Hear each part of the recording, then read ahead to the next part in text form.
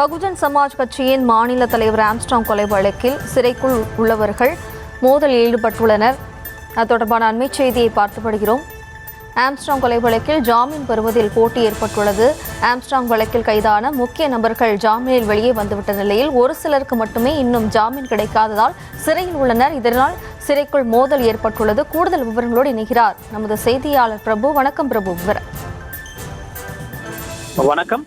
புழல் சிறையில் ஆம்ஸ்ட்ராங் கொலை வழக்கில் கைதான ரவுடி கும்பலுடன் மோதல் ஏற்பட்டிருக்கிறது. இதில் திருநாவுக்கரசு என்கிற உதவி ஆய்வாளர் மீதும் தாக்குதல் நடத்தியுள்ளனர்.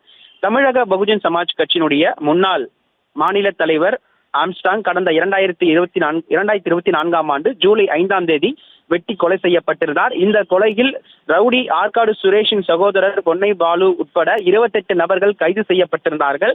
இந்த நிலையில் இன்று காலை புழல் சிறையில் ஆம்ஸ்ட்ராங் கொலை குற்றவாளிகளான ரவுடி புதூர் அப்பு என்பவரிடம் பொன்னை பாலு மற்றும் மணிவண்ணன் ஆகியோர் முன்விரோதம் காரணமாக சண்டையில் ஈடுபட்டதாக கூறப்படுகிறது. அப்பொழுது தகராறை தடுப்பதற்காக உடன் பணியாற்றக்கூடிய காவலர் ஒருவர் திருநாவுக்கரசு என்பவர் அவர்களை தடுத்திருக்கிறார். அவர் மீதும் தாக்குதல் நடத்தியிருக்கிறார்கள்.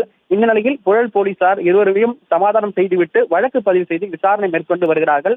முதற்கட்ட விசாரணையில் இந்த கொலை குற்றவாளி தொடர்பாக முக்கிய குற்றவாளிகள் ஜாமீனில் வெளியே வந்ததாகவும் இவர்களுக்குள் ஏற்பட்ட பிரச்சனையில் ஒரே நேரத்தில் அனைவரும் ஜாமீன் அப்ளை செய்வதால் அவர்களுக்கு ஜாமீன் கிடைக்காததால் இந்த பிரச்சனை ஏற்பட்டதாக புழல் போலீசார் தகவல் தெரிவித்திருக்கிறார்கள். இந்த நிலையில் புழல் போலீசார் இருவர் மீதும் வழக்கு பதிவு செய்து தற்பொழுது விசாரணை மேற்கொண்டு வருகின்றனர். விவரங்களுக்கு நன்றி முரளி.